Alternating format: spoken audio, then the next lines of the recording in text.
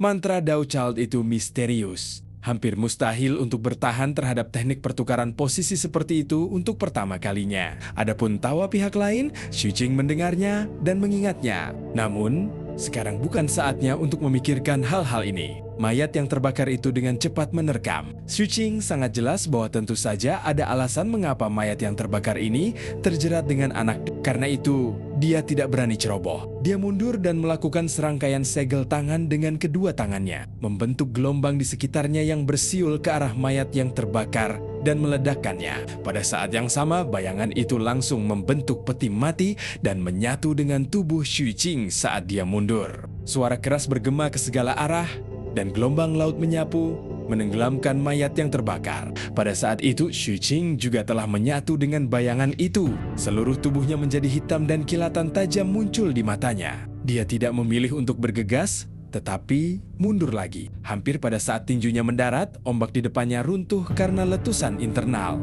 Air laut yang terbentuk oleh mantra itu bergemuruh dan melesat ke segala arah ketika sesosok tubuh yang terbakar melesat keluar. Sosok itu terlalu cepat dan Xu Qing sama sekali tidak dapat melihatnya dengan jelas. Dia hanya dapat merasakan samar-samar bahwa pihak lain sedang menginjak ombak yang menyebar dan telah tiba di depannya dalam sekejap mata. Itu adalah mayat yang terbakar dengan kilatan mengerikan di matanya. Di tengah gemuruh yang memekakkan telinga, mayat yang terbakar itu meninju tangan kanan Xu Qing. Xu Qing merasakan kekuatan yang luar biasa meletus dari tinju lawannya, membentuk gelombang benturan yang menghantam seluruh tubuhnya. Bahkan dengan kekuatan fisiknya saat ini, dia tidak dapat menahannya. Tubuhnya bergemuruh saat ia terlempar kembali, langsung menghantam dinding lumpur, membentuk kawah yang dalam. Itu memang kekuatan tempur 6 istana. Namun, ia tidak mengejar Zhong Xun, yang berarti ia kurang cerdas dan hanya memiliki naluri seperti binatang buas. Namun, selama ia memiliki naluri, semuanya baik-baik saja. Sekarang ia hanya menargetkanku. Setelah aku meninju, ia jelas lebih cepat dariku. Tetapi ia tetap meninju tinjuku. Ini membuktikan bahwa cara berpikir mayat ini sederhana. Napas Xu Qing sedikit lebih cepat saat dia menganalisis dengan cepat. Dia bisa merasakan betapa mengerikannya mayat yang terbakar ini. Mantranya memang bagus, tetapi yang paling mencengangkan adalah tubuhnya. Kekuatan fisik ini telah mencapai 6 istana. Meskipun Xu Qing telah menyatu dengan bayangan dan memiliki tubuh fisik 5 istana puncak yang ekstrem, dia masih tidak dapat melakukan serangan balik. Dia bahkan tidak bisa melihat pergerakan pihak lain dengan jelas. Namun, lingkungan di sini membatasi jangkauan gerakan mayat yang terbakar. Jangkauan lubang yang dalam ini tidak terlalu besar. Selama dia membatasi jangkauan kemungkinan arah serangan ke depan saja, tidak peduli seberapa cepat mayat yang terbakar itu, Xu Qing punya cara untuk melawannya. Karena itu, dia tidak berusaha menghindar. Itu hanya akan menyebabkan dia diserang dari segala arah. Dia mundur dengan cepat dan memasuki dinding lumpur. Ada dinding lumpur di belakangnya dan ada dinding lumpur di kedua sisinya. Hanya ruang di depannya yang kosong. Pada saat yang sama, pil penghalang racun di istana surgawi ketiga di tubuhnya bergetar cepat. Racun yang tak berujung meletus darinya dan menyebar ke seluruh tubuh Xu Qing berkumpul di depannya. Begitu Xu Qing memasuki dinding lumpur, mayat yang terbakar itu meraung lagi. Api merah menyebar dari seluruh tubuhnya, berubah menjadi mulut mengerikan yang dibentuk oleh api yang menerkam Xu Qing dengan ganas. Xu Qing tidak menghindar. Dia bersandar di dinding lumpur dan meringkuk seperti bola, menangkis dengan sekuat tenaga seperti landak. Saat api menyebar, aura mayat yang terbakar meroket. Sebuah bayangan muncul saat tiba di depan dinding lumpur dan meninju Xu Qing. Wajah Xu Qing menjadi pucat. Dinding lumpur di belakangnya runtuh dan tubuhnya terdorong oleh kekuatan besar. Namun, mayat yang terbakar itu juga mundur. Selain kegilaan, untuk pertama kalinya, ia tampak waspada. Lengan kanannya sedang membusuk. Ada juga kilatan petir merah yang langsung datang saat ia mundur dan menembus tubuhnya, menyebabkan mayat yang terbakar itu mengeluarkan suara gemuruh. Kilatan petir merah berenang di tubuhnya, dan kemanapun mereka lewat, daging dan darahnya akan berubah menjadi kristal yang memancarkan udara dingin yang ekstrem. Setelah petir merah menyelesaikan serangannya, ia segera kembali ke lokasi di mana dinding lumpur itu runtuh, memperlihatkan tongkat besi di dalamnya. Tongkat itu melayang di depan Xu Qing. Xu Qing memuntahkan seteguk darah. Warna hitam di sekujur tubuhnya dengan cepat berkumpul di glabelanya. berubah menjadi mata bayangan itu. Bayangan itu menatap tajam ke arah mayat itu. Di bawah bayangan mata itu ada wajah tenang Xu Qing. Niat bertarung muncul di matanya saat dia menatap mayat yang terbakar. Dia tahu bahwa kekuatan fisiknya lebih rendah dari lawannya, mantranya lebih rendah, dan kecepatannya lebih rendah. Namun, dia tidak menyerah. Dia pertama-tama menggunakan dinding lumpur untuk membatasi jangkauan serangan. Hal ini menyebabkan serangan pihak lain hanya dapat datang dari depan. Tentu saja, ini juga karena Xu Qing menilai bahwa mayat yang terbakar ini tidak memiliki kecerdasan seorang kultivator. Itulah sebabnya dia menggunakan metode pertempuran ini. Selain itu, pil penghalang racunnya adalah kartu truf yang jauh melampaui kekuatan fisiknya, dan racun itu terkumpul di depannya. Selama pihak lain menyerang, pihak itu akan diracuni. Yang perlu dia lakukan adalah menahan serangan dan menunggu racun itu menggerogotinya. Lubang yang dalam itu menjadi sunyi. Mayat yang terbakar itu menatap tajam ke arah Xu Qing dengan ekspresi kesal dan waspada. Pembusukan di tangan kanannya menyebar. Pada akhirnya, kekerasannya menekan rasa takutnya. Dengan goyangan tubuhnya, kekuatan tempur keenam istana meletus lagi, membentuk api yang menenggelamkan Xu Qing. Ia bergegas keluar lagi dan langsung menuju dinding lumpur. Dalam sekejap,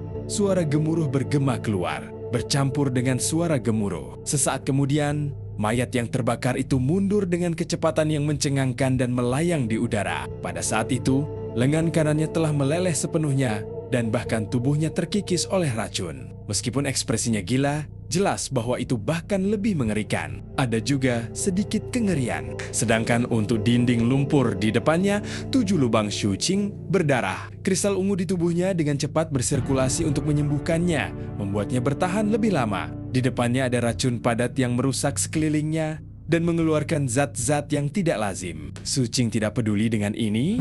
Pada saat itu, dia menatap mayat yang terbakar dengan niat membunuh yang kuat di matanya. Namun, dia tetap tidak bergerak. Dia mengangkat tangan kanannya ke dalam dinding lumpur dan menunjuk ke mayat yang terbakar. "Ayo, lanjutkan." Mayat yang terbakar itu langsung menjadi kesal dan meraung. Namun, keraguan dan kewaspadaan dalam ekspresinya masih terasa kuat. Ketika Xu Qing melihat ini, dia menempelkan tangannya ke dinding lumpur di sampingnya. Ketika dia berdiri, kekuatan pembatasan racun tiba-tiba menyebar dan dia mengambil posisi menyerang. Dia tidak tahu mengapa Zhong Xihun yang jelas-jelas memiliki kekuatan tempur 6 istana akan terjerat dengan mayat yang terbakar ini begitu lama. Namun, dia mengerti binatang buas dan tahu bahwa mereka mudah takut saat ini. Hal ini khususnya terjadi pada binatang buas yang mengandalkan nalurinya untuk bergerak. Oleh karena itu, daripada terus-terusan mengganggu, lebih baik membiarkan pihak lain pergi dengan sendirinya. Hampir pada saat Xu Qing menyerang dan kekuatan pembatasan racun menyebar, ketakutan di mata mayat yang terbakar itu tumbuh lebih kuat dan tubuhnya secara naluriah mundur. Akhirnya, ia mengeluarkan beberapa raungan dan melesat ke atas, memilih untuk pergi. Xu Qing meludahkan darah dan mendongak. Kemudian dia menatap dingin ke dasar lubang yang dalam itu. Rasa dingin di matanya semakin kuat. Dia tahu bahwa anak Dao sangat kuat dan bahkan mungkin berhubungan dengan bulan merah. Jadi dia tahu betapa berbahayanya itu. Namun, Xu Qing tidak mau pergi begitu saja. Ini adalah wilayah pilar pemisah awal mutlak, pengadilan pemegang pedang. Jika pihak lain benar-benar memiliki entitas aneh dan muncul di sini, seseorang secara alami akan menanganinya. Meskipun ada bahaya, jika aku bahkan tidak berani melihat dan mencari peluang, aku mungkin juga kembali ke benua Nanhuang. Pada saat itu, batas waktu akhir penilaian semakin dekat. Tekad muncul di mata Xu Qing. Dengan goyangan tubuhnya, dia langsung menuju dasar lubang yang dalam dengan kecepatan penuh. Dalam perjalanan, ia menyebarkan larangan racunnya ke segala arah. Ini untuk mengusir mayat terbakar yang mungkin mengikutinya. Begitu saja, saat ia terus masuk lebih dalam, ia melihat kertas-kertas dupa lagi. Kertas-kertas jos melayang keluar dari lubang yang dalam dan berkibar di sekitarnya. Mata Xu Qing menyipit. Dia hanya menempel di dinding lumpur dan merangkak turun dengan hati-hati. Waktu terus berjalan dan segera, hanya tersisa 1 jam hingga akhir penilaian. Sebagian besar murid memilih untuk menghancurkan jimat giok dan pergi. Tidak banyak kultivator yang tersisa di lubang dalam itu. Dan bahkan, lebih sedikit lagi di kedalaman ini. Hanya ada Xu Qing dan Dao Child. Semakin dalam mereka masuk, semakin banyak kertas-kertas dupa di sana dan baunya semakin kuat. Rasa dingin dan zat-zat aneh semakin pekat, dan suara nyanyian semakin jelas. Setelah waktu yang dibutuhkan untuk membakar dupa berlalu, Shi Qing yang terus tenggelam tiba-tiba berhenti. Dia tidak bergerak sama sekali dan bersandar di dinding lumpur. Dia menyipitkan matanya dan menyembunyikan dirinya saat dia melihat area ribuan kaki di bawahnya. Dia melihat sebuah bangunan aneh. Itu adalah sebuah gubuk kayu. Itu adalah sebuah gubuk kayu yang sudah rusak, seolah-olah telah mengalami pelapukan selama bertahun-tahun. Pondok kayu itu berbentuk seperti segi lima. Ada rantai besi abu-abu di setiap sudut yang terhubung ke dinding lumpur di kejauhan. Di bawah jeratan 5 rantai besi, gubuk kayu itu tergantung di udara. Cahaya merah lemah terpancar dari lentera minyak di jendela gubuk. Melalui jendela dan celah-celah yang membusuk di atasnya, orang dapat melihat sosok seorang wanita mengenakan kostum merah. Dia duduk di dekat jendela dan mengulurkan tangannya yang seperti batu giok, menyebarkan kertas-kertas dupa keluar. Kertas-kertas dupa itu kemudian tersapu oleh udara dingin. Shi Qing melihat kertas dupa, tangan, dan lentera minyak yang memancarkan cahaya merah. Saat ia melihat kertas-kertas dupa itu, ia tahu asal-muasal kertas-kertas dupa yang ia lihat di jalan. Saat ia melihat tangan itu, jantungnya secara naluriah berdebar kencang. Namun saat dia melihat lentera minyak, segalanya berubah menjadi guncangan hebat dalam pikirannya. Ini karena lentera minyak itu sebenarnya adalah lentera kehidupan. Pada saat itu, suara nyanyian samar-samar terdengar dari gubuk kayu, bergema di dalam lubang yang gelap dan sempit. Mengembara dalam kehidupan ini, terkubur selama sisa hidupku. Siapa yang menunggu dalam siklus reinkarnasi? Suaranya menyentuh, feminin, dan dingin. Dia tidak tahu untuk siapa dia bernyanyi. Mungkin Shi Qing, mungkin Dao Chal juga ada di sini, atau mungkin eksistensi tak dikenal di kedalaman lubang yang dalam. Suara nyanyian itu bergema samar-samar di tengah hembusan kertas-kertas dupa yang berterbangan. Suaranya dingin dan menakutkan, persis seperti tempat ini. Segalanya terasa lebih seperti sebuah ritual yang telah berlangsung dalam jangka waktu yang tidak diketahui. Di mata Shi Qing, gubuk kayu berbentuk segi lima itu tampak seperti altar yang berbeda. Sebab, di kelima sudut gubuk kayu tempat rantai itu disambung, terdapat 3 mayat yang mengerikan. Mayat pertama adalah mayat yang basah kuyup dari kepala sampai kaki. Mayat itu membusuk sangat parah, dan penampilannya tidak dapat dilihat dengan jelas. Bahkan jenis kelaminnya pun tidak jelas. Ia berlutut menghadap gubuk kayu dan mengenakan jubah hitam compang-camping, seolah-olah telah mengalami tahun yang tak terhitung jumlahnya dan penuh dengan lubang. Namun, air mayat yang terus jatuh tampaknya memiliki kekuatan yang tak terbayangkan, yang mampu mengawetkan tempat kematiannya di masa lalu. Meskipun waktu telah berlalu hingga sekarang, semuanya masih sama. Itu adalah mayat yang tenggelam. Mayat kedua juga mengenakan jubah hitam compang-camping. Ia berlutut menghadap gubuk kayu dengan tangan di perutnya yang terluka. Perutnya terlihat tidak ada organ dalam di dalamnya. Jelas, organ-organ itu telah dilubangi. Tampaknya ada sesuatu yang lain di sana, tetapi tidak dapat dilihat dengan jelas. Seolah-olah rasa sakit yang dirasakannya semasa hidup memaksanya menundukkan kepala dan membungkukkan punggungnya seolah-olah sedang menyembah. Itu adalah mayat yang dibedah. Mayat ketiga sedikit berbeda dari 2 mayat sebelumnya. Ada tanaman merambat merah melilit lehernya, dan tanaman merambat itu memiliki duri tajam yang menusuk dalam-dalam ke lehernya. Tanaman merambat itu melilit lehernya dengan erat, sedangkan kedua ujung tanaman merambat itu dicengkeram oleh tangan mayat itu.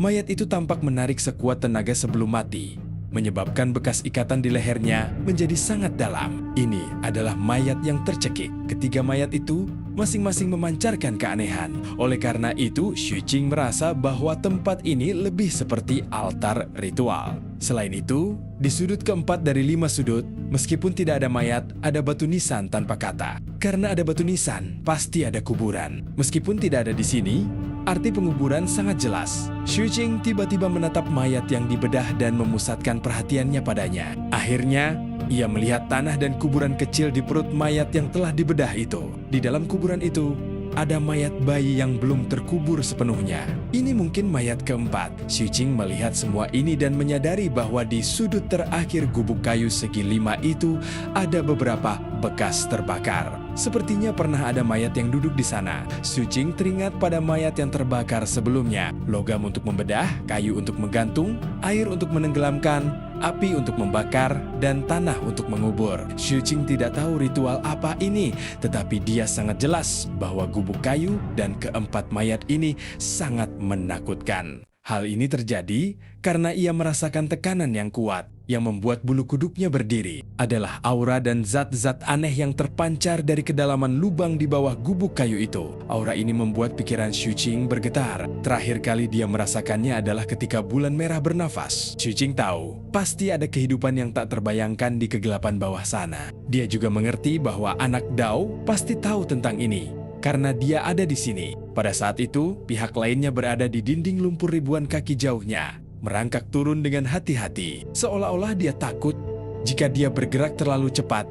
Dia akan mengganggu wanita dan mayat-mayat di gubuk kayu itu. Dia hanya berjarak beberapa ratus kaki dari rantai besi. Sucing menatap Dao Chao dan kilatan dingin muncul di matanya. Dia kemudian mengangkat tangan kanannya dan mengeluarkan cermin kecil dan balok kayu hitam. Setelah itu, dia mengeluarkan tas penyimpanan yang berisi pil. Ada pil hitam di dalam tas penyimpanan ini. Setelah hancur sendiri, pil-pil itu bisa menyerap zat-zat yang tidak normal di dalam lubang dalam yang dipenuhi udara dingin dan zat-zat aneh ini. Tidak ada pil yang lebih cocok untuk mengguncang lingkungan ini. Sucing perlahan memiringkan tas itu ke arah gubuk kayu berbentuk segi lima yang tidak ingin diganggu oleh anak Dao Zhongxi. Ratusan pil hitam tumpah keluar dari tas. Ekspresi Dao Chao tiba-tiba berubah. Dia tiba-tiba mengangkat kepalanya dan melihat Sucing beserta pil-pil itu. Dia terkejut dan hendak menghentikannya ketika Sucing berbicara lembut. Meletus, begitu dia selesai berbicara, pil hitam itu meledak satu demi satu. Suaranya tidak terlalu keras, tetapi begitu meledak, sejumlah besar zat aneh berjatuhan dari bawah dan atas. Penghancuran diri ratusan pil hitam membentuk kekuatan hisap yang sangat besar. Dalam sekejap mata, ia berubah menjadi pusaran pasang surut, menyebabkan suara siulan yang menggetarkan bumi terdengar. Adapun zat anomali yang melonjak, mereka bahkan lebih intens. Jika zat anomali dibandingkan dengan air laut, maka pada saat ini mereka melonjak seperti tsunami. Segala sesuatu di bawah menjadi kabur dan sekelilingnya terdistorsi. Gubuk kayu berbentuk segi lima itu bergetar dan nyanyian itu terhenti. Keempat mayat di sudut-sudut gubuk kayu itu membuka mata mereka. Pada saat yang sama, memperlihatkan kegilaan dan kekejaman. Mereka meraung dan menatap Zhongxun yang paling dekat dengan mereka. Aura jahat yang mengerikan meletus pada saat ini. Ekspresi anak Dao berubah drastis dan kemarahan serta kengerian yang tak terlukiskan muncul dalam hatinya. Dia tidak menyangka Sucing bisa lolos dari jeratan mayat yang terbakar. Lagi pula, bahkan dia tidak bisa melakukannya. Akan tetapi, Sucing tidak hanya berhasil lolos, tetapi dia bahkan datang untuk merencanakan sesuatu terhadapnya. Semua ini menyebabkan anak Dao terkejut dan marah. Bukan hanya rencananya yang hancur, tetapi dia juga dalam bahaya besar. Matanya langsung memerah saat dia melakukan serangkaian segel tangan pada Sucing. Ingin menggunakan teknik pertukaran posisi lagi. Namun kali ini, Sucing sudah siap. Sucing pernah mengalami teknik pertukaran posisi pihak lain sekali. Karena dia telah memilih untuk menyerang sekarang, dia secara alami memikirkan cara untuk memblokirnya. Oleh karena itu, hampir pada saat Zhongxun memulai gerakannya, Sucing mengangkat cermin kecil yang telah diambilnya sebelumnya. Cahaya cermin yang berkedip-kedip mendarat di mata Zhongxun.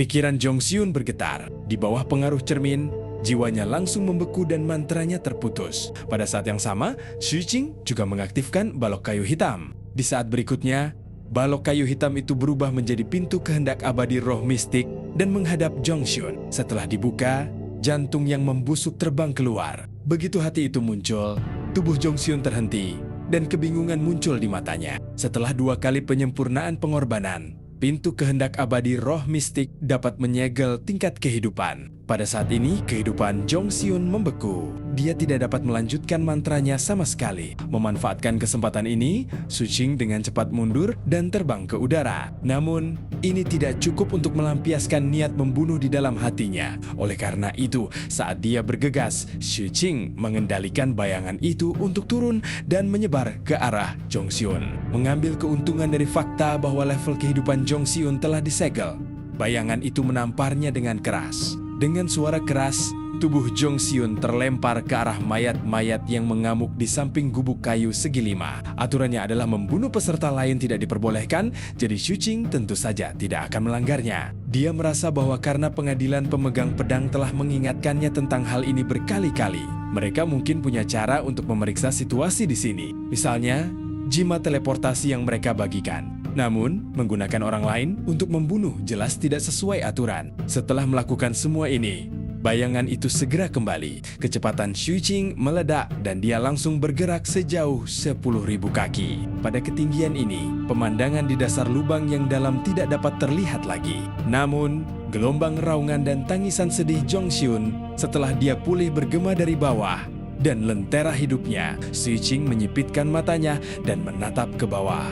Dia siap menunggu pihak lain mati dan melihat apakah dia punya kesempatan untuk mengambil lentera hidupnya. Namun saat Xu Qing merenungkan hal ini, perasaan bahaya yang membuat rambutnya berdiri tiba-tiba muncul dalam pikirannya. Gelombang emosi yang mengejutkan muncul dalam benaknya. Semua ini berasal dari cahaya yang muncul di dasar lubang yang dalam. Xu Qing menundukkan kepalanya dan hanya melirik sekilas sebelum pikirannya bergemuruh hebat dan dunia berputar. Dunia seakan terdistorsi dan sekelilingnya kabur. Jiwa dan dagingnya seakan-akan hancur berkeping-keping saat ini. Sebab di bawahnya, dia tidak hanya melihat gubuk kayu yang tergantung di udara dengan 5 rantai, tetapi dia juga melihat bahwa di bawah gubuk kayu itu, di dalam kegelapan lubang tak berujung, telah muncul satu mata. Mata emas raksasa. Mata ini terlalu besar, seperti lubang yang dalam, seolah-olah ada makhluk tak terbayangkan yang tertidur di dasar jurang yang dalam. Baginya, jurang yang dalam itu hanyalah sebuah lubang di atas matanya. Pada saat itu, makhluk ini terbangun dan membuka matanya, melihat ke arah lubang itu. Rasa dingin di mata itu seakan-akan semua kehidupan adalah semut. Satu-satunya cara untuk hidup berdampingan dengannya adalah dengan mengubah mereka dari sumber kehidupan. Ini adalah penekanan tingkat kehidupan. Hanya dengan sekali pandang, rambut, mata, jari, dan bahkan daging serta darah Xu Qing tampak memiliki kesadaran yang independen. Semua itu bukan miliknya dan akan terpisah dari tubuhnya. Zat-zat anomali yang sangat padat itu meletus sepenuhnya di tubuhnya. Bahkan tubuh Xu Qing mulai mengalami mutasi. Rasa sakit yang tak terlukiskan dan rasa sakit yang luar biasa menyebar ke seluruh tubuhnya. Xu Qing ingin berteleportasi, tetapi sulit baginya untuk menghancurkan jimat itu saat ini. Dia hanya bisa mengandalkan tekadnya untuk tetap tenang. Bulan ungu di tubuhnya bersinar dan pil pembatasan racun meletus. Saat dia menekan dan menetralkan zat-zat yang tidak normal itu, dia dengan paksa bergegas keluar dan melepaskan kecepatan penuhnya. Namun, aura dari mata emas itu terlalu menakutkan. Bahkan saat Xu Qing berjuang, kecepatannya perlahan melambat. Melihat ini, Xu Qing hendak memanggil bayangan untuk menutupi tubuhnya. Pada saat itu, seekor kelabang tiba-tiba terbang keluar dari dinding lumpur di samping dan langsung mendekati Xu Qing. Wanita di atas kelabang itu mencengkeram lengan Xu Qing dengan goyangan tubuhnya. Kelabang itu dengan cepat berlari ke atas lubang yang dalam, membawa Xu Qing bersamanya sambil berlari liar. Basis kultivasinya lebih rendah dari Xu Qing, tetapi kecepatannya tidak terpengaruh oleh tatapan mata. Pada saat itu, dia bergerak sejauh puluhan ribu kaki. Pada saat yang sama, suara nyanyian di lubang yang dalam bergetar dan bergema lagi. Kehidupan sebelumnya tidak ada di sini, tetapi kehidupan setelah kematian selalu ada di sini. Aku memotong rasa sakit hati dan menggambar dunia fana. Mengembara dalam kehidupan ini, terkubur selama sisa hidupku. Siapa yang menunggu dalam siklus reinkarnasi? Suara itu begitu menyentuh dan terus bergema. Mata emas besar itu perlahan tertutup lagi. Seolah-olah suara ini memiliki makna khusus saat perlahan-lahan tertidur. Namun, zat-zat aneh di sini sudah sangat kuat. Sejumlah besar hantu yang menyimpang muncul di sekitarnya dan mengeluarkan suara melengking dan buas yang tak ada habisnya.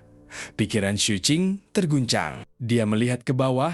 Segala sesuatu di gua hantu ini dipenuhi dengan keanehan. Dilihat dari penampakannya, sepertinya ada seseorang yang secara khusus menyiapkan gubuk kayu dan ritual di sini untuk membuat makhluk di lubang dalam itu tertidur lelap. Wanita kelabang ini juga benar-benar berbeda dari entitas aneh yang pernah ditemui Xu Qing. Dia benar-benar muncul di saat kritis dan menyelamatkannya. Meskipun ini karena Xu Qing telah menyelamatkannya sebelumnya, Xu Qing belum pernah melihat tindakan membayar hutang budi seperti itu dari spesies lain. Dia menatap wanita kelabang di sampingnya Dengan ekspresi yang rumit, pihak lain tidak menatapnya tetapi berlari dengan kecepatan penuh. Dia baru berhenti ketika dia mengirim Xu Qing sejauh 10.000 kaki lagi. Setelah mengangguk pada Xu Qing, wanita kelabang itu membuka mulutnya dan meludahkan sejumlah besar pecahan pilar pemisahan awal mutlak, sekitar 170 hingga 180 di antaranya. Setelah melemparkannya ke Xu Qing, tubuhnya bergoyang dan dia langsung menggali ke dalam tanah dan menghilang. Xu Qing terdiam dan menatap lubang dalam yang telah menjadi sangat berbahaya dan dipenuhi dengan banyak hantu yang menyimpang. Jimat teleportasi di tangannya bersinar dengan sendirinya saat ini. Penilaian telah berakhir.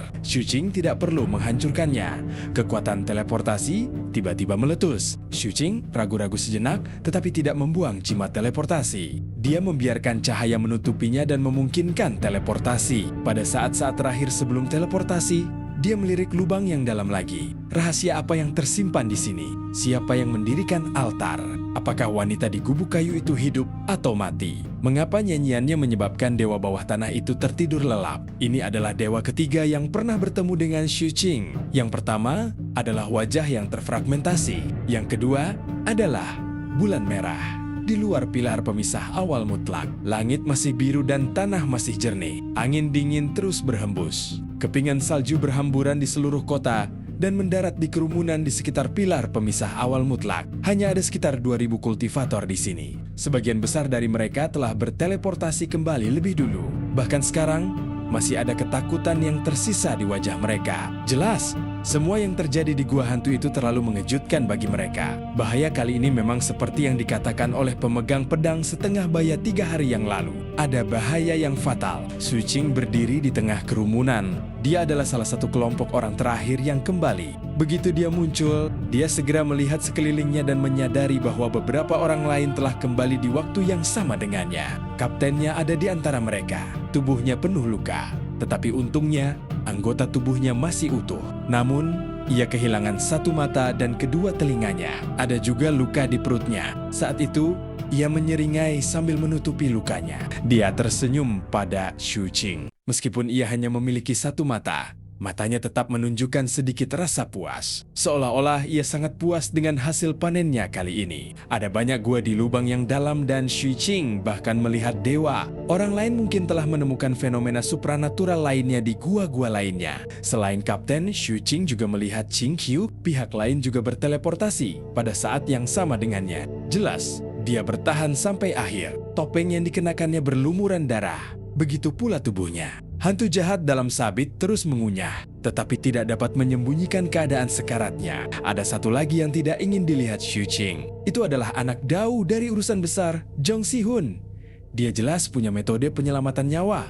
Jadi, dia tidak mati. Namun, dia sangat lemah dan zat-zat aneh di tubuhnya jelas telah mencapai tingkat tertentu. Pada saat ini, dia terus-menerus mengonsumsi pil obat dalam upaya untuk menghilangkannya. Ada juga bekas cakaran besar di tubuhnya yang memanjang dari dahi hingga dadanya. Bekas cakaran itu begitu dalam, hingga tulang-tulang naya bisa terlihat. Kalau lebih dalam sedikit saja, bisa memotongnya menjadi beberapa bagian. Zhang Xiyun juga melihat Xu Qing, ekspresinya muram dan tatapannya dingin. Xu Qing tanpa ekspresi menarik kembali pandangannya. Dia sedang memikirkan dewa di gua hantu. Mustahil bagi pengadilan pemegang pedang untuk tidak mengetahuinya. Kalau begitu, menurut penilaiannya, mungkin ritual gubuk kayu segi 5 itu dibuat oleh pengadilan pemegang pedang. Tujuannya adalah untuk membuat sang dewa terus tidur. Tentu saja, ini hanya tebakan. Mungkin juga gubuk kayu itu sudah ada sebelum pengadilan pedang. Namun, apapun yang terjadi, ini tidak memengaruhi kesimpulan selanjutnya. Mustahil bagi lentera kehidupan merah di gubuk kayu itu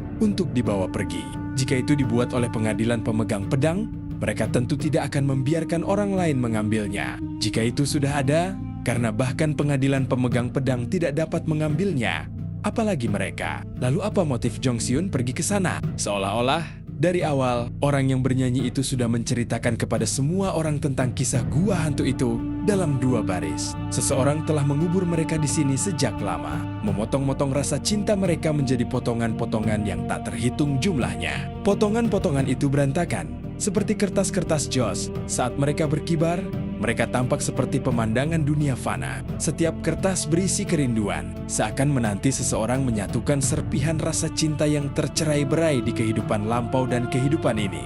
Dia hanya tidak tahu apakah itu wanita di gubuk kayu atau dewa gua hantu yang sedang menunggu. Xu Qing terdiam. Di matanya, dunia ini secara bertahap menjadi semakin misterius. Dia juga melihat seorang kultivator manusia yang telah berteleportasi kembali pada saat yang sama dengannya. Sosok pihak lain tidak muncul. Begitu dia kembali, tubuhnya bergetar dan dia langsung terbunuh oleh cahaya yang dipancarkan oleh pilar pemisah awal mutlak. Kematian orang ini menyebabkan Xu Qing mengubur pikirannya tentang gua hantu di kedalaman pikirannya. Ketika matanya menyipit, suara tanpa emosi menyebar dari pilar pemisahan awal mutlak. Selidiki, mereka yang membunuh sesama manusia, hapus mereka. Pikiran Xu Qing terguncang. Sebelumnya, dia menduga bahwa jimat teleportasi memiliki fungsi perekaman untuk merekam jika ada pelanggaran. Sekarang setelah dia melihatnya, memang benar demikian. Selain itu, ia juga menemukan bahwa serpihan-serpihan di tubuhnya telah hilang. Begitu dia berteleportasi kembali, pecahan-pecahan itu tampaknya tersapu oleh kekuatan besar dan menyatu menjadi pilar pemisah awal mutlak. Jelas, pengadilan pemegang pedang memiliki metode pencatatannya sendiri. Pada saat itu, di tengah angin dingin dan penantian semua orang, langit tiba-tiba bersinar dengan cahaya yang menyilaukan. Sosok-sosok turun satu demi satu. Semua sosok ini mengenakan jubah resmi dan berdiri di langit. Mula-mula jumlah mereka puluhan. Tetapi tak lama kemudian, seiring munculnya cahaya, semakin banyak pula sosok yang turun hingga mencapai ratusan. Tekanan dari tubuh mereka bergemuruh ke segala arah, menyebabkan dunia tampak redup saat ini. Terlebih lagi, masih banyak yang turun. Adegan ini membuat pikiran para kultivator di bawah bergetar. Kerumunan di sekitarnya dan pelindung Dao dari berbagai kekuatan juga menunjukkan ekspresi serius. Beberapa saat kemudian, ribuan sosok berdiri di langit. Masing-masing dari mereka memancarkan fluktuasi yang luar biasa. Yang terlemah di antara mereka berada di alam inti emas. Ada juga kultivator jiwa baru lahir dan spirit repositor. Selain itu, masing-masing dari mereka membawa pedang besar yang sama di punggung mereka. Pedang ini berwarna hijau dan diukir dengan tanda. Tanda itu tampak seperti jubah resmi yang serupa membuat orang-orang ini tampak sangat teratur. Terlebih lagi, aura mereka tampak saling terhubung, membentuk aura yang mengguncang langit dan bumi. Seolah-olah aura itu dapat menekan semua zaman dan menghancurkan semua musuh. Itu seperti pelangi yang kuat. Mereka semua adalah pemegang pedang dari pengadilan pemegang pedang Provinsi Yinhuang. Pada saat itu, mereka membentuk formasi dua sayap di udara. Mereka seperti dua sayap besar yang melebar dan membumbung tinggi. Meskipun tekanannya kuat, ada juga perasaan khidmat yang muncul di dunia. Seluruh kota pemisahan awal mutlak sunyi senyap, terlepas dari apakah itu lingkungan sekitar pilar pemisahan awal mutlak atau tenda-tenda di kota. Tidak ada seorang pun yang bersuara pada saat khidmat ini. Semua orang menahan napas dan menatap langit. Ini karena mereka tahu apa yang akan terjadi selanjutnya. Akan menjadi upacara besar bagi pemegang pedang. Hal yang sama juga terjadi pada tahap kedua penilaian pemegang pedang setiap saat. Ritual itu sangat penting. Bagaimanapun, ini adalah penilaian dari 5 kementerian mistik atas umat manusia dan mewakili reputasi umat manusia. Tepat saat ekspresi semua orang tampak serius, sebuah ledakan keras terdengar pelan dari awan-awan di langit. Suara itu semakin keras dan keras. Akhirnya, pusaran pelangi muncul di langit. 9 sosok yang mempesona berjalan keluar dari pusaran itu. Setiap orang dari mereka memiliki basis kultivasi nihility. Setiap orang dari mereka dapat menjadi leluhur di sekte Provinsi Yinhuang. Dan mereka adalah 9 tetua pemegang pedang dari pengadilan pemegang pedang Provinsi Yinhuang. Ekspresi mereka semua serius. Pada saat ini, mereka berjalan keluar dan masing-masing dari mereka melayang di atas sayap. Hanya ada satu orang di tengah. Orang ini adalah tetua agung dari pengadilan pemegang pedang Provinsi Yinhuang dan juga merupakan orang dengan jabatan tertinggi di pengadilan pemegang pedang. Ketika Xu Qing melihat pihak lainnya, dia tertegun. Tetua agung ini sebenarnya adalah lelaki tua yang mirip dengan Grandmaster Bei. Saat dia menjelaskan pencapaiannya dalam alkimia, Xu Qing tahu bahwa pihak lain itu pasti mempunyai identitas di pengadilan pemegang pedang. Tetapi dia tidak menyangka identitasnya begitu tinggi, hingga dia bertanggung jawab atas seluruh pengadilan. Saat pikiran Xu Qing tengah kacau, seorang pria parubaya berjalan keluar dari depan sayap kiri. Ekspresinya serius saat dia menangkupkan tinjunya dan membungkuk dalam-dalam kepada tetua agung yang ada di tengah. Total ada 4.311 pemegang pedang di Pengadilan Pemegang Pedang Provinsi Yinhuang. Hari ini ada 4.311 dari mereka dan tidak ada yang absen. Tetua Agung, mohon periksa dan setujui. Sang Tetua Agung mengangguk sedikit. Bacalah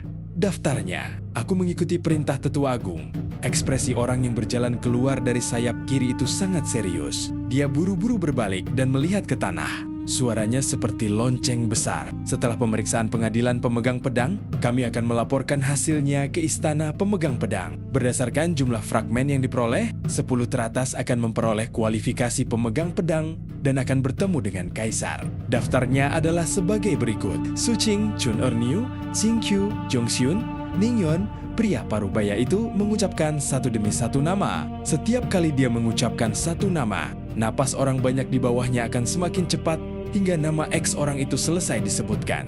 Kalian bersepuluh maju ke depan. Su Qing menarik napas dalam-dalam dan berjalan keluar, berdiri di depan. Kaptennya pun sama.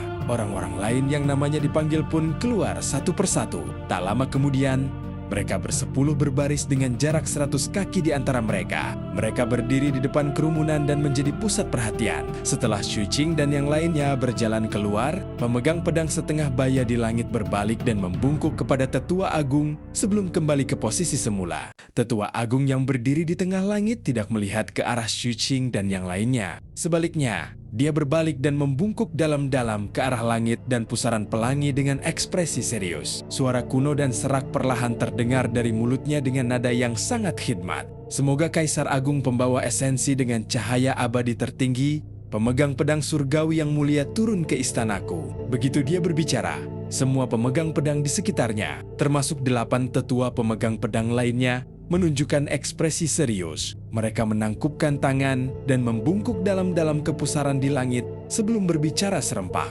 Semoga Kaisar Agung utama dengan cahaya abadi tertinggi, pemegang pedang surgawi yang mulia, turun ke istanaku. Upacara ini sangat formal, menunjukkan ortodoksi umat manusia. Su Qing tidak dapat menahan ekspresi seriusnya. Pada saat itu, saat semua pemegang pedang berbicara, suara mereka menyerbu ke awan dan pusaran, menyebabkan cahaya dalam pusaran pelangi langsung melonjak. Cahaya warna-warni menyebar satu demi satu dan menerangi seluruh langit. Akhirnya pusaran pelangi itu menjelma menjadi sebuah patung raksasa yang menggetarkan jiwa setiap orang. Patung ini menjulang tinggi ke langit dan sangat besar. Orang bisa melihat bahwa patung itu menggambarkan seorang pria setengah baya dengan ekspresi berwibawa. Matanya dipenuhi dengan cahaya cemerlang dan dia mengenakan jubah Kaisar 9 Naga yang berkibar tertiup angin. Dia mengenakan mahkota 9 langit fajar, bersinar dengan cahaya ilahi. Di belakangnya ada sebilah pedang besar. Pedang ini berwarna hijau dan terukir dengan karakter.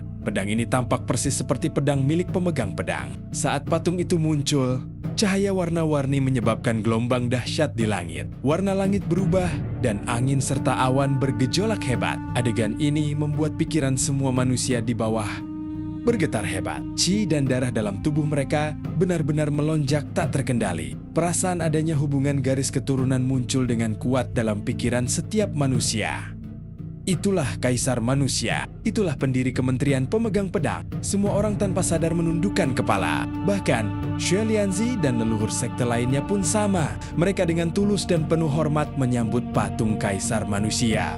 Su Qing juga sama. Emosinya berfluktuasi tanpa henti. Dia memikirkan Kaisar Hantu. Tetapi jelas, dibandingkan dengan Kaisar Manusia ini, Kaisar Hantu jauh lebih rendah. Penampilan Kaisar ini 70% mirip dengan patung penguasa kuno Mystic Nether yang pernah dilihat Su Qing sebelumnya saat semua orang saling menyapa. Suara khidmat dari Tetua Agung pemegang pedang bergema di seluruh dunia, mewarisi tatanan abadi sang penguasa. Dan 4 dao surgawi ekstrem, istana pedang memegang pedang bagi umat manusia dan membunuh bahaya bagi rakyat jelata. Menyebarkan cahaya di dunia, patung Kaisar yang dipenuhi cahaya warna-warni adalah buktinya. Suara itu bagai kilatan petir dari langit yang menyambar dan bergema di bumi, merasuk ke dalam hati setiap pemegang pedang dan tertanam di lubuk hati semua manusia di bumi. Itu langsung meledak di benak Su Qing dan yang lainnya, seolah-olah dunia berdenting dengan lonceng besar yang dapat didengar bahkan oleh orang tuli. Itu karena ini adalah mandat dari pemegang pedang. Cahaya langit dan bumi meledak ketika mereka membunuh bahaya bagi manusia. Mereka adalah pemegang pedang. Tanah benar-benar sunyi. Hanya suara napas yang terbentuk oleh luapan emosi yang bisa terdengar. Kebanyakan orang merasakan gelombang dalam pikiran mereka ketika mendengar ini. Mereka semua memiliki cerita dan pengalamannya sendiri. Terlepas dari apakah mereka dilahirkan tinggi dan berkuasa atau dalam lumpur, pada kenyataannya, di dunia yang kejam ini, di dunia yang tragis ini, di dunia yang menyedihkan ini, di mana manusia memakan manusia, tidak ada banyak perbedaan. Mereka semua menghadapi musibah dan mengalami kepahitan. Adapun perintah pemegang pedang, itu bagaikan kilat surgawi. Saat bergemuruh dan meledak, itu juga memungkinkan Xu Qing untuk benar-benar memahami pemegang pedang. Terlepas dari apakah pemegang pedang saat ini benar-benar dapat melaksanakan amanat tersebut. Setidaknya amanat itu telah ada. Ini juga merupakan aspek penting dari ritual pemegang pedang. Suasana yang khidmat, kata-kata yang khidmat, cahaya suci, dan amanat yang memekakan telinga. Semua ini adalah untuk melanjutkan misi pemegang pedang. Pada saat itu, saat pikiran semua manusia berfluktuasi, cahaya warna-warni di langit berkedip lagi dan mengalir ke tanah.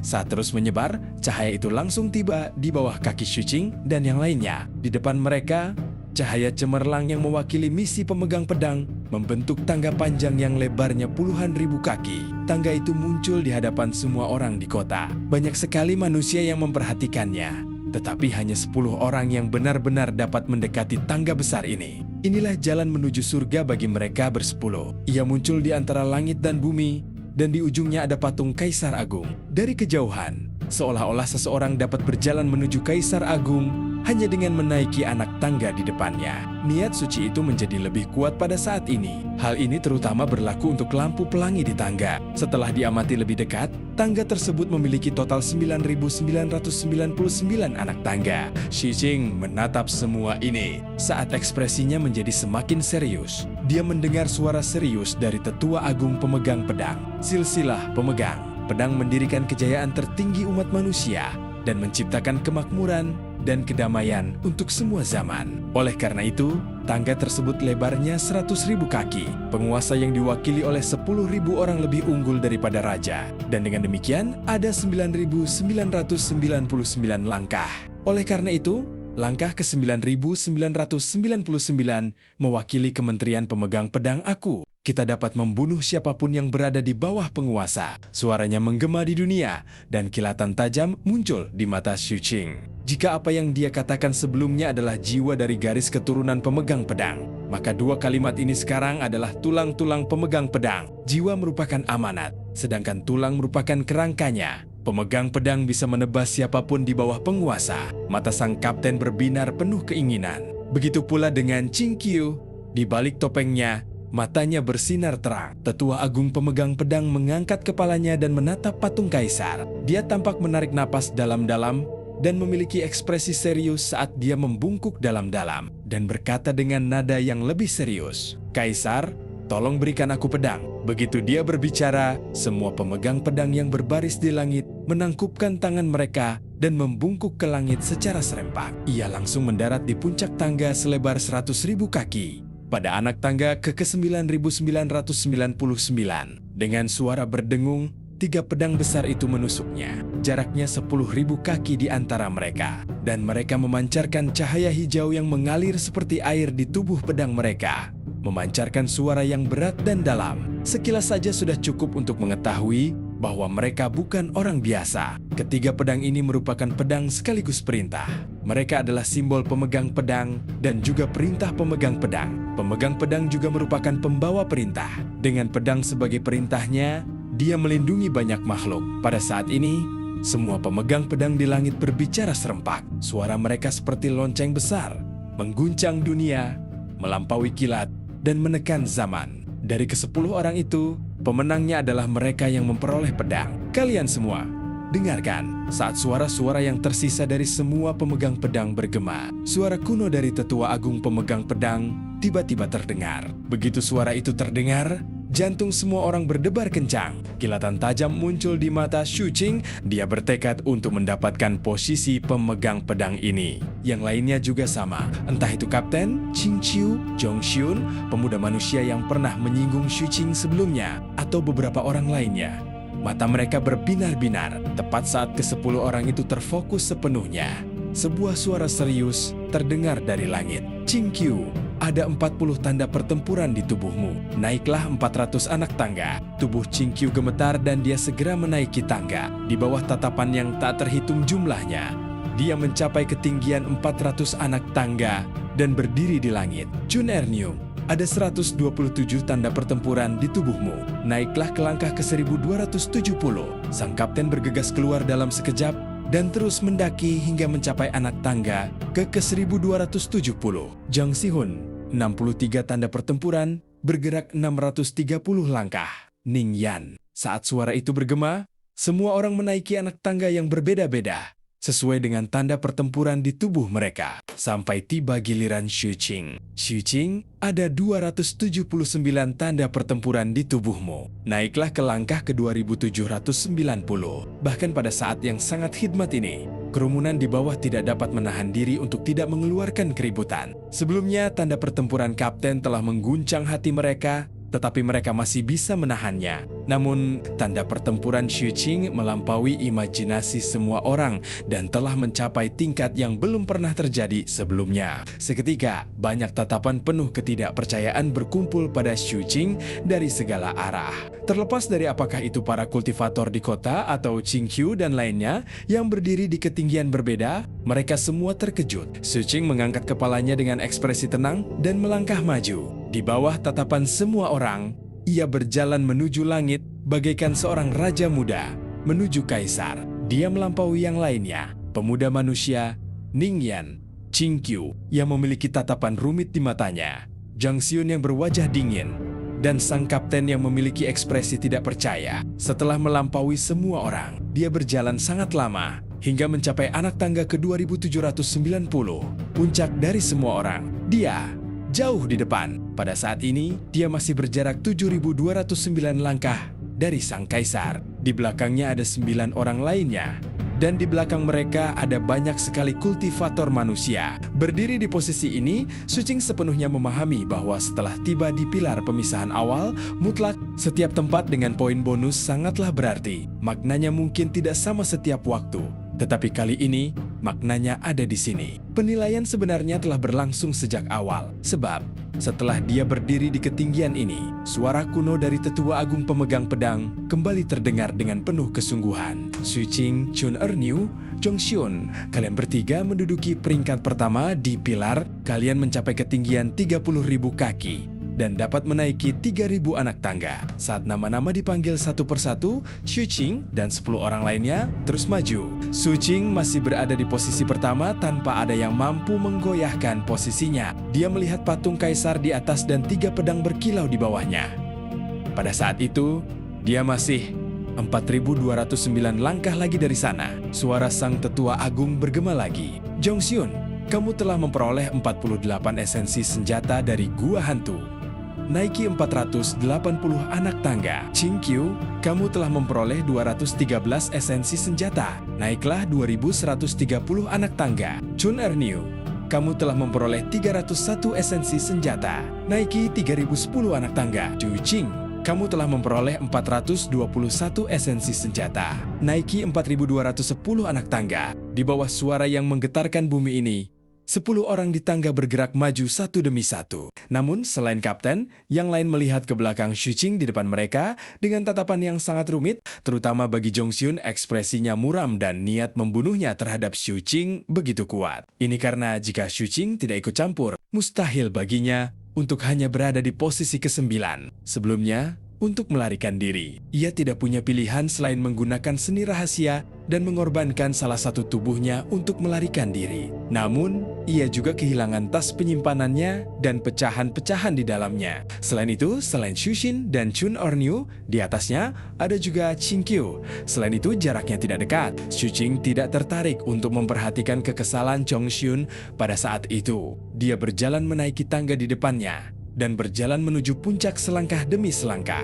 Tidak ada seorang pun di sampingnya. Saat dia melangkah maju, semua kultivator manusia di tanah menjadi gempar. Tidak ada orang lain di mata mereka selain Shuqing. Ini karena Shuqing hanya memiliki 4.209 langkah tersisa, yang lebih sedikit dari jumlah langkah yang telah diperolehnya. Pada saat itu, saat Shuqing bergerak maju, dia mencapai langkah ke-8.000, langkah ke-9.000, langkah ke-9.900, dan langkah ke-9.999. Terakhir, setelah menginjaknya, dia berjalan di depan pedang komando yang ada di tengah. Di belakangnya, orang yang paling dekat dengannya adalah sang kapten, yang berada di lebih dari 7.000 anak tangga. Qing Qiu berada di lebih dari 5.000 anak tangga, dan kemudian Zhang Xiun berada di lebih dari 3.000 anak tangga. Pada saat itu, dia telah mencapai puncak, tetapi dia masih harus melangkah satu langkah lagi. Pada saat itu, bukan hanya tatapan mata yang tak terhitung jumlahnya berkumpul padanya dari tanah, tetapi bahkan semua pemegang pedang di langit menundukkan kepala mereka dan menatap Shuqing. Hal semacam ini pernah terjadi sebelumnya. Namun, kejadian paling awal terjadi ribuan tahun yang lalu.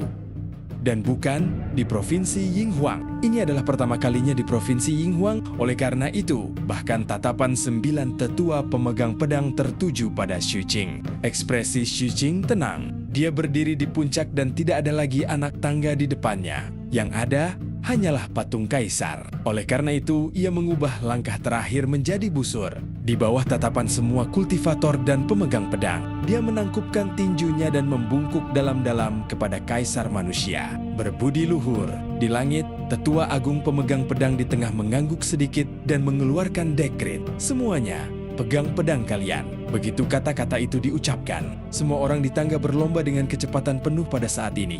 Melepaskan batas kemampuan mereka, segala macam seni rahasia muncul tanpa henti saat mereka bergegas menuju anak tangga ke-9.999.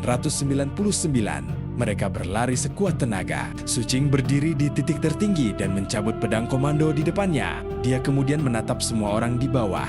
Dia berdiri di sana dan pedang komando di tangannya bersinar dengan cahaya yang cemerlang. Pada saat yang sama, patung kaisar di belakangnya diselimuti oleh cahaya warna-warni. Dalam sekejap, di mata semua orang di bawah, Shuqing tampak tumpang tindih dengan patung kaisar. Temperamennya yang mengagumkan dan wajahnya yang bagaikan batu giok tampak seperti kembalinya seorang kaisar. Pengadilan pemegang pedang dipenuhi dengan kesucian dan kesungguhan. Ritual ortodoksi umat manusia ini bukanlah sesuatu yang dapat dibandingkan dengan sekte manapun. Perbedaan fondasi secara alami menyebabkan spesifikasi ritual menjadi berbeda. Ritual bahkan lebih penting dalam dunia yang kacau ini. Semakin gelap malam, semakin dingin musim dingin, semakin banyak api yang terbentuk. Api ini adalah warisan api umat manusia. Itu adalah api garis keturunan umat manusia dan mewakili semangat umat manusia. Fungsi ritualnya adalah untuk meneruskan roh ini. Semakin formal dan sakral suatu warisan, semakin berkesan warisan tersebut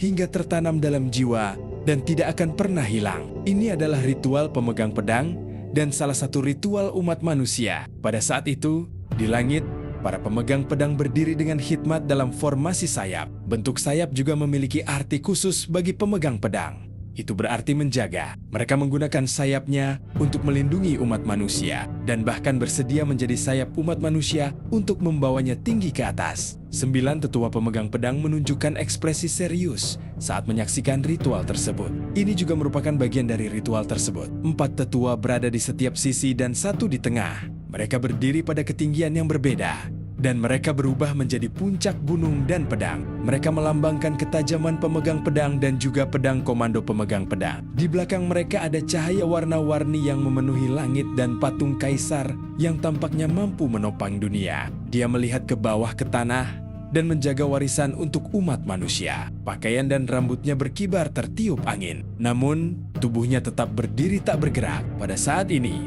auranya terbentuk hanya dari tatapan dan ketinggiannya. Ini karena Shuqing adalah satu-satunya yang berada di anak tangga tertinggi. Namun, pada saat yang sama, asal-usul aura ini sangat dalam. Yang mendalam adalah tumpang tindih dengan patung kaisar dan juga misi pemegang pedang. Awalnya, Ritual pemegang pedang tidak seharusnya menghasilkan aura dan kedalaman seperti itu pada tubuh seseorang. Bagaimanapun, ini hanyalah ritual inisiasi bagi pemegang pedang. Hanya akan seperti ini ketika ada kesempatan dan kemajuan tingkat tinggi lainnya. Namun kali ini, Xu Qing muncul. Selama penilaian, ia mencapai puncak yang belum pernah terlihat dalam sejarah Provinsi Yinhuang. Sementara yang lain masih berusaha memperebutkan posisi pemegang pedang. Ia sudah berdiri di anak tangga tertinggi. Yang perlu dia lakukan hanyalah mengambil pedang komando. Saat dia memegang pedang komando, dia tampaknya telah berubah dari seorang peserta menjadi seorang saksi. Itu adalah bukti dari sosok-sosok yang bergegas menuruni tangga di bawah. Hanya tersisa 2 pedang. Hanya 2 orang yang berhasil. Dengan kepribadian Xu Qing, dia akan membalas dendam atas keluhan sekecil apapun. Dia tidak ingin Zhongxiun berhasil dan aturan tidak mengatakan bahwa dia tidak boleh ikut campur. Jelas, selama tidak terlalu banyak, ada kemungkinan besar itu akan berhasil. Semuanya, berhati-hatilah dengan Zhongxiun. Dia memiliki teknik tukar posisi yang hanya bisa digunakan saat dia melihatmu. Di Gua Hantu, orang ini menggunakan teknik ini padaku. Teknik ini sangat menyeramkan. Xu Qing berdiri di puncak dan berbicara dengan tenang. Begitu dia selesai berbicara, ekspresi semua orang berubah. Sang kapten sama sekali tidak ragu. Seluruh tubuhnya berkedip dengan cahaya biru dan tubuhnya menjadi kabur, menyebabkan orang lain tidak dapat melihat sosoknya dengan jelas. Kecepatannya juga meledak dengan cepat, dan dia langsung melompat sejauh 10.000 kaki. Dia tidak berhenti sama sekali dan bergegas maju lagi. Targetnya adalah pedang komando yang berada 10.000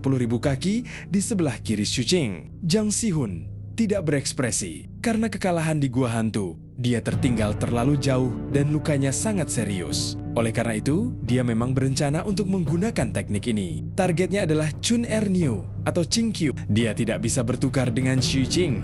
Lagi pula, dia telah melanggar preseden di Provinsi Yinhuang. Bahkan Tetua Agung telah mengatakan berbudi luhur. Sekarang dia sudah menjadi pemegang pedang dengan pedang komando di tangannya. Ada bahaya yang sangat besar dalam bertukar tempat dengan Xu Qing. Namun, Xu Qing memperingatkan yang lain terlalu cepat. Dia bahkan belum selesai menggunakan mantranya. Namun, tidak ada fluktuasi dalam pikirannya saat dia terus merapal mantra. Sasarannya adalah Qingqiu. Sang kapten menahan tekanan yang terbentuk oleh langkah-langkah selama berlari cepat dan tiba dengan cepat. Ia mengambil pedang komando dan menatap Xu Qing dengan penuh semangat. Xu Qing juga menatap sang kapten. Setelah keduanya saling memandang dan tersenyum, Xu Qing menyadari bahwa pemegang pedang di langit tidak menghentikannya untuk berbicara. Oleh karena itu, dia berbicara lagi. Zhongxiun, kamu menginginkan gubuk kayu segi 5 di Gua Hantu dan ingin menghancurkannya. Selain itu, kamu tahu segalanya tentang Gua Hantu seperti punggung tanganmu. Jika kamu mengatakan bahwa kamu tidak tahu tentang ini sebelumnya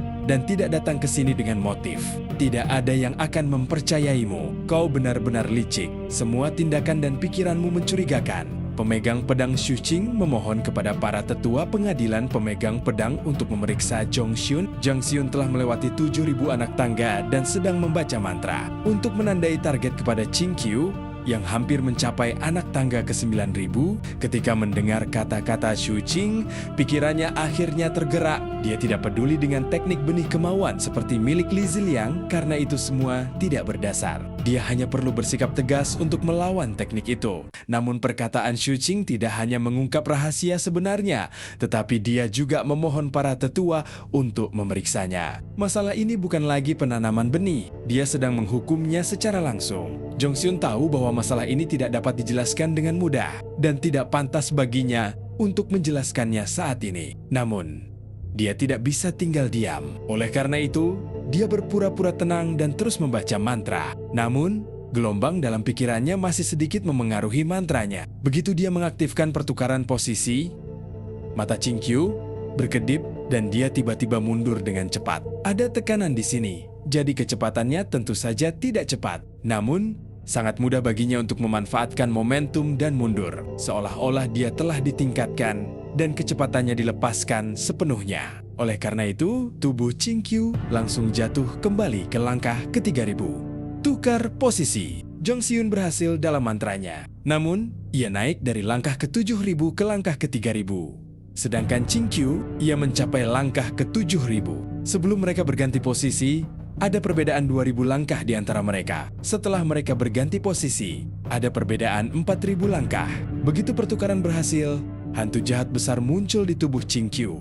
Kekuatannya telah terkumpul sejak lama. Pada saat ini, ia membuka mulutnya lebar-lebar dan membuat tanda melahap ke arah Zhongxiun. Tubuh Zhongxiun bergetar dan serangan balik itu membuatnya tanpa sadar menghentikan langkahnya. Ia bahkan lebih cemas dan marah. Metode Chingqiu sangat sederhana, tetapi semakin sederhana, semakin tidak terduga. Chingqiu memanfaatkan jeda ini. Seluruh tubuhnya berkedip dengan cahaya merah saat dia tidak segan-segan mengaktifkan seni rahasianya. Banyak hantu muncul di tubuhnya dan dia batuk 7 teguk darah sebagai gantinya dengan kecepatan yang ekstrem. Pada akhirnya, dia bergegas ke puncak dan meraih pedang komando ketiga. Saat dia memegang pedang di tangannya, Chingqiu memuntahkan seteguk darah lagi. Bahkan, ada potongan organ dalam di dalamnya. Jelas, serangan balik dari seni rahasia ini sangat hebat baginya. Pada saat itu, seluruh tubuhnya tampak putus asa. Seolah-olah dia tidak dapat berdiri dengan mantap. Dia hanya dapat menyandarkan sabit hantu jahat itu ke tanah dan nyaris tidak dapat berdiri di sana. Dia sangat lemah, tetapi matanya tampak tegas. Tatapan ini membuat Xu Qing merasa seolah-olah dia pernah melihatnya sebelumnya. Tepat saat Xu Qing tengah mencari ingatannya dan sumber keakraban ini, Zhang Xiun melihat bahwa ia telah gagal dan kemarahan di hatinya membumbung tinggi ke langit. Ia menatap tajam ke arah Xu Qing. Ia melihat ke arah pemegang pedang di langit dan berbicara dengan keras. Xu Qing memfitnah aku dan mengganggu persidangan aku. Masalah ini, aku akan memberimu penjelasan atas nama adikku. Zhang Xiun, maaf, itu salah paham. Kau orang baik. Kapten itu berkedip dan melanjutkan kata-kata Zhongxiun dengan ekspresi serius. Setelah selesai berbicara, dia bahkan berbicara kepada Chingqiu yang terengah-engah. Rekan Toys Chingqiu, apa pendapatmu? Chingqiu membenci Mad Dog dan Ghost Hand, tetapi dia tahu bahwa masalah ini menyangkut peringkatnya. Jadi, dia berbicara dengan dingin. Aku juga berpikir itu salah paham. Zhongxiun, aku benar-benar minta maaf. Kamu orang baik. Mereka sudah jelas-jelas mengatakan bahwa mereka menyesal. Tetapi kemarahan di hati Zhongxiun tidak kunjung reda. Sebaliknya, kemarahan itu berubah menjadi keluhan yang mendalam. Dan dia hendak berbicara. Namun, dari sayap kiri formasi sayap di langit, pria paruh baya yang telah membaca daftar nama sebelumnya berjalan keluar. Dia membungkuk kepada Tetua Agung pemegang pedang. Setelah menyadari bahwa Tetua Agung tidak mengatakan apapun tentang apa yang terjadi di bawah. Sebagai seseorang yang telah mengikuti Tetua Agung untuk waktu yang lama, dia secara alami memahami pikiran Tetua Agung. Dia adalah orang yang telah memeriksa identitas Xu Qing di depan altar Dao Tetua Agung saat itu. Pada saat ini, dia juga memikirkan cara Tetua Agung memandang Xu Qing saat itu. Oleh karena itu, dia berbalik dan melihat ke arah tangga. Suara serius terdengar dari mulutnya. Bergema di seluruh dunia, penilaian pemegang pedang sudah berakhir. Begitu suaranya terdengar, selain Xu Qing dan 2 orang lainnya, sosok orang lain di tangga langsung menghilang. Mereka diteleportasi keluar dari tangga oleh kekuatan besar dan muncul di tanah. Zhang Xiun juga sama. Dia mengepalkan tangannya dengan kuat. Matanya merah dan hatinya dipenuhi dengan kebencian yang kuat. Di sampingnya adalah pemuda dari sekte kecil, Ningyan, yang telah menyerang Xu Qing di pilar pemisahan awal mutlak. Wajahnya pucat dan ekspresinya dipenuhi dengan kepahitan. Namun, masih ada sedikit keinginan di kedalaman matanya. Yang lainnya pun sama. Ada keinginan di tengah kepahitan mereka, karena mereka masih punya kesempatan. Namun, betapapun enggannya orang-orang ini, dan betapapun naik turunnya emosi mereka, tidak ada seorang pun yang peduli pada mereka saat ini. Semua pandangan mereka tertuju pada tangga. Hanya ada Xu Qing, sang kapten, dan Chingqiu di sana. Untuk penilaian pemegang pedang ini, 3 orang telah dipilih. Mereka adalah Xu Qing, Chun Erniu, dan Chingqiu. Selamat. Setelah pria paruh baya itu selesai berbicara, dia menatap Xu Qing dan 2 orang lainnya. Pandangannya paling lama tertuju pada Xu Qing. Setelah itu, dia menangkupkan tinjunya dan membungkuk kepada mereka bertiga. Setelah itu, seluruh pemegang pedang di sekitarnya membungkuk serentak. Ini adalah ucapan salam kepada Dao. Tidak ada perbedaan antara senioritas dan inferioritas. Itu adalah rasa hormat yang dinikmati setiap pemegang pedang saat mereka bergabung dengan mereka. Xu Qing dan 2 orang lainnya dengan hikmat membalas salam para pemegang pedang di langit. Mulai hari ini, kalian bertiga resmi menjadi pemegang pedang. Pria parubaya itu berbicara dengan tenang. Menurut keputusan pengadilan pemegang pedang, pengecualian akan diberikan kepada murid manusia, Ningyon, dan diangkat menjadi pemegang pedang semu. Ia akan diizinkan pergi ke istana pemegang pedang di daerah atas untuk menjalani pelatihan. Jika ia berhasil, ia akan dapat memperoleh pedang komando dan menjadi pemegang pedang resmi. Menurut perintah istana pemegang pedang, murid manusia, Jong Xiun, dibebaskan dari ujian untuk menjadi pemegang pedang. Namun, hanya ada 3 pedang di Provinsi Yinhuang. Kamu harus pergi ke istana pemegang pedang di Kabupaten Fonghai dan meminta pedang komando. Sekarang, kalian berdua maju ke depan. Begitu dia selesai berbicara,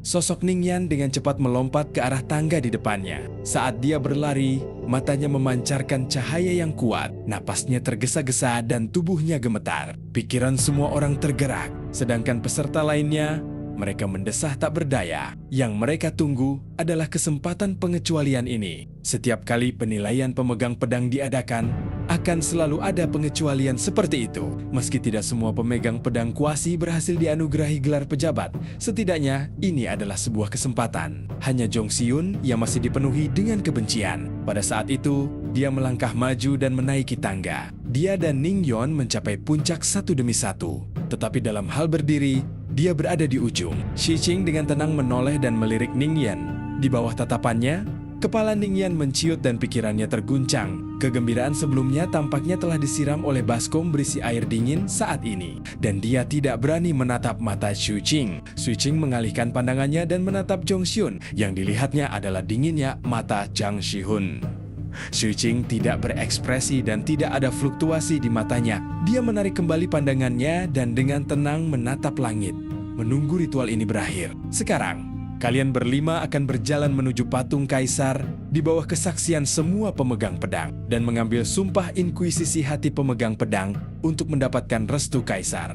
Suara pria paruh baya itu perlahan terdengar dan kesungguhan menjadi semakin intens pada saat ini. Seolah-olah segmen ini sangat penting bagi pemegang pedang. Ini adalah bagian terakhir dan penting untuk menjadi pemegang pedang. Kau harus benar-benar fokus. Ikuti kata hatimu dan jawab pertanyaan kaisar dalam pikiranmu. Kami tidak tahu jawabanmu. Hanya kamu dan kaisar yang tahu. Patung kaisar agung juga akan memancarkan cahaya sesuai dengan jawabanmu. Ketinggian cahaya itu melambangkan pengakuan kaisar atas jawabanmu. Sejak zaman dahulu, pemegang pedang dengan cahaya paling sedikit di Provinsi Yinhuang kita telah memperoleh cahaya sejauh 600 kaki.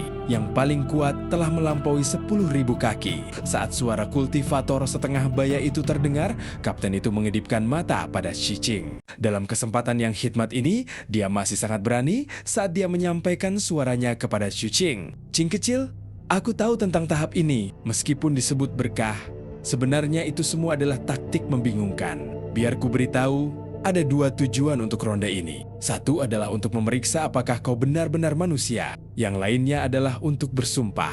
Ketika patung kaisar menanyakan sesuatu kepada kita, kita bisa menyombongkannya. Hasil ini tidak akan memengaruhi status kita sebagai pemegang pedang.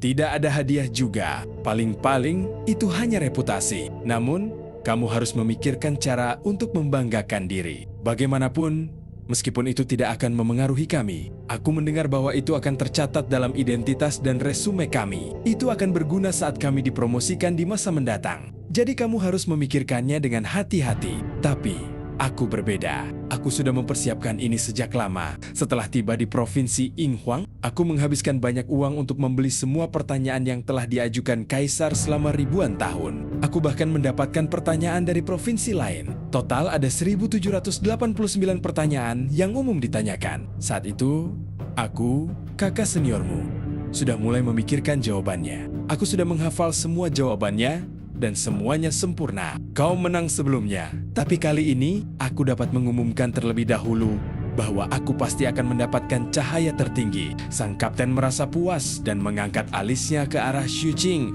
tampak sangat bijaksana dan berpandangan jauh ke depan. Xu Qing mengabaikannya. Ia tidak peduli dengan tingginya cahaya itu, karena itu tidak memengaruhi identitasnya sebagai pemegang pedang dan tidak ada imbalan. Jika itu hanya gelar kosong, ia akan menjawab semuanya sesuai dengan hatinya. Ketika Xu Qing tengah memikirkan hal ini, sebuah suara serius terdengar dari langit. Kalian semua melangkah maju 1.000 kaki. Xu Qing mengangkat kepalanya dan melangkah maju. Yang lainnya juga sama.